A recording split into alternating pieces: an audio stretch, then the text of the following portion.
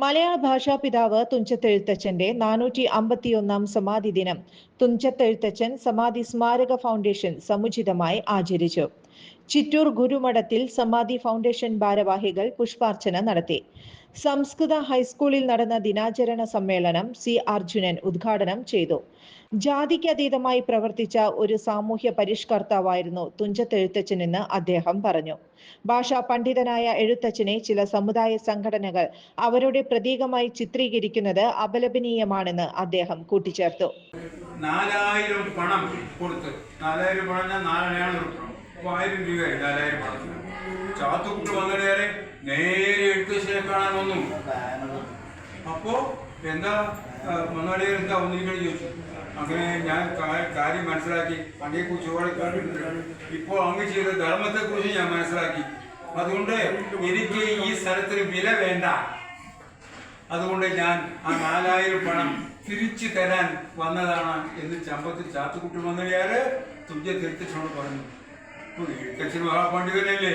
ചാത്തുക്കുട്ടി വന്നയാര് എനിക്ക് സൗജന്യമായി സ്ഥലം വേണ്ട, അതുകൊണ്ട് ഞാനൊരു 1000 പണം നിങ്ങൾ വെച്ച് ബാക്കി തന്നാൽ മതി, ഞാനിവിടെ സേവനത്തിൽ ഉപയോഗിച്ചോളാം. 4000 പണം എടുത്ത് 3000 പണം എഴുത്തച്ഛന് തിരിച്ചു കൊടുത്തു. Chathukutty foundation chairman MS Balakrishnan അധ്യക്ഷത വഹിച്ചു. Vice chairman professor Punnakkal Narayanan മുഖ്യപ്രഭാഷണം നടത്തി. ഒരു സന്ദേശമാണെന്നും അതുകൊണ്ട് എല്ലാ ജനങ്ങളും ക്രോധം ഉപേക്ഷിക്കണം. ക്രോധം ഉപേക്ഷിച്ചാലാണ് നമുക്ക് പുരോഗതി ഉണ്ടാവുകയുള്ളൂ. എന്ത് കാര്യം പറയുമ്പോൾ പെട്ടെന്ന് ദേഷ്യപ്പെടുന്ന ആളുകൾ നിങ്ങൾക്കറിയാം. അവർക്കൊന്നും ഈ രാജ്യത്തൊന്നും ചെയ്യാൻ കഴിയില്ല. അതുകൊണ്ട് ക്ഷമയാണ് ഏറ്റവും വലിയ മഹത്തായ നമ്മുടെ ഗുണമെന്ന്, സ്വഭാവ ഗുണമെന്ന് തിരിച്ചറിയുകയും സഹനശക്തിയാണ് എന്ന ഗാന്ധിജിയുടെ ഏറ്റവും മഹത്തായ ആശയം. ഗാന്ധിജിയുടെ ഇതിൽ നിന്ന് ഈ എഴുത്തച്ഛൻ്റെയൊക്കെ ഒരു പാരമ്പര്യം ഉൾക്കൊണ്ടുകൊണ്ടാണ് ഈ സഹനശക്തി. അദ്ദേഹത്തിന് നമുക്കറിയാവുന്ന സത്യാഗ്രഹത്തിലൂടെ സഹനശക്തിയാണ് ഗാന്ധിജി പഠിപ്പിച്ചത്. അത് രാമായണത്തിൽ നിന്ന് വന്നതാണ്. ഈ പറയുന്ന സന്ദേശങ്ങളൊക്കെ രാമായണത്തിൽ നിന്ന് വന്നതാണ്.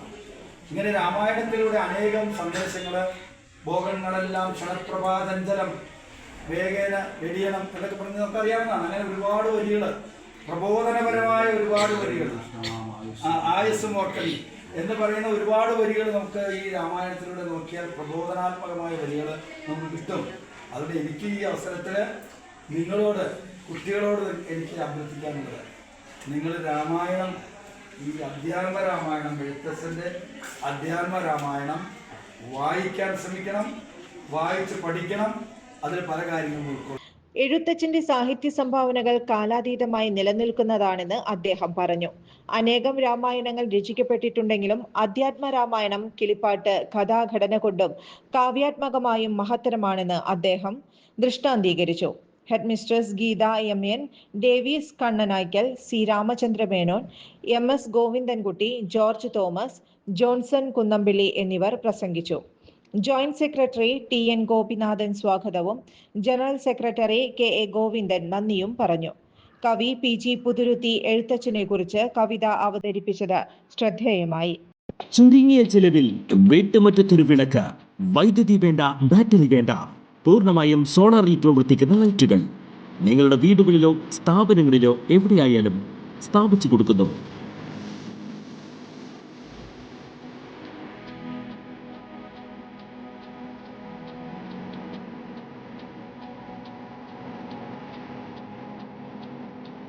ഹാർഡോൾ സോളാർ ലൈറ്റ്സ്. കൂടുതൽ വിവരങ്ങൾക്ക് വിളിക്കേണ്ട നമ്പർ 9447 132148. കൂടുതൽ വാർത്തകൾക്ക് ഞങ്ങളുടെ ചാനൽ സബ്സ്ക്രൈബ് ചെയ്യുക. ഫേസ്ബുക്ക് ഫോളോ അപ്പ് ചെയ്യുക. വാർത്തകൾ വേഗത്തിലറിയാൻ Anytime News.